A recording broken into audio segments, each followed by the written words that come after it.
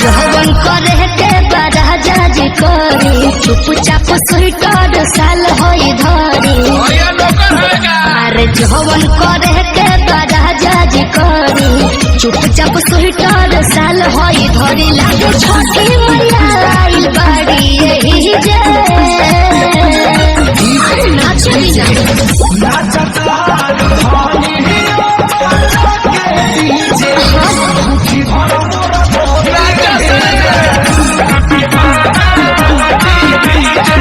मत करी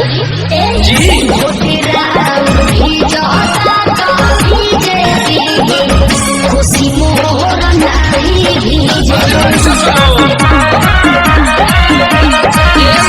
चुप न रहू नाचे दे। अच्छा ये बात बतावा। हाँ। एगो तो तू छठ घाट पाइल बारू। हाँ? अच्छा आ घूघ तान के लगलू नाचे कोनो छठी माई के गीत याद नहीं खे गावा। अच्छा गावा तनी रवि बाबू आजा। पेली के बबुआ के पापा पियरी अरे पेली के बबुआ के पापा पियरी अरे जिया हमारा रख दे के भइले तू तो नाचत गावत बारू मोरा धनी हमरा लागत रे यही से तो कहत नाच ले दे देहिया में गर्मी आ जाए स्वामी चुपचाप पड़त लप की जे करबो न की रे नाचत धनी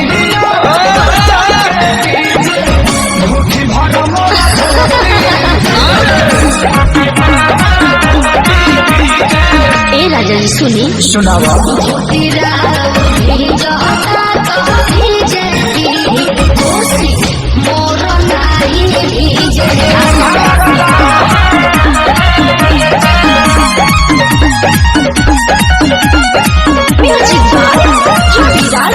कृपा करी सुनी रउआ दीनानाथ हमर राजा पहिले पहिला बरस हमली के गोदी भरली छठी मैया कोसिया भरत ई जवन लइकवा खेला था ई छठिए माई के देहाल है ना। एही से त नाचत हनी अखिल पूजा पाठ मंत्र कीजे डीजे नाचता धनी जाके डीजे भरले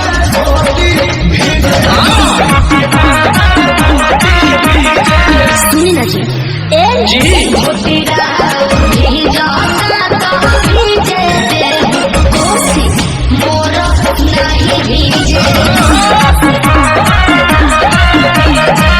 संजय विवेक जी तो गर्दा को दे दूर उड़ा दे ले बालो।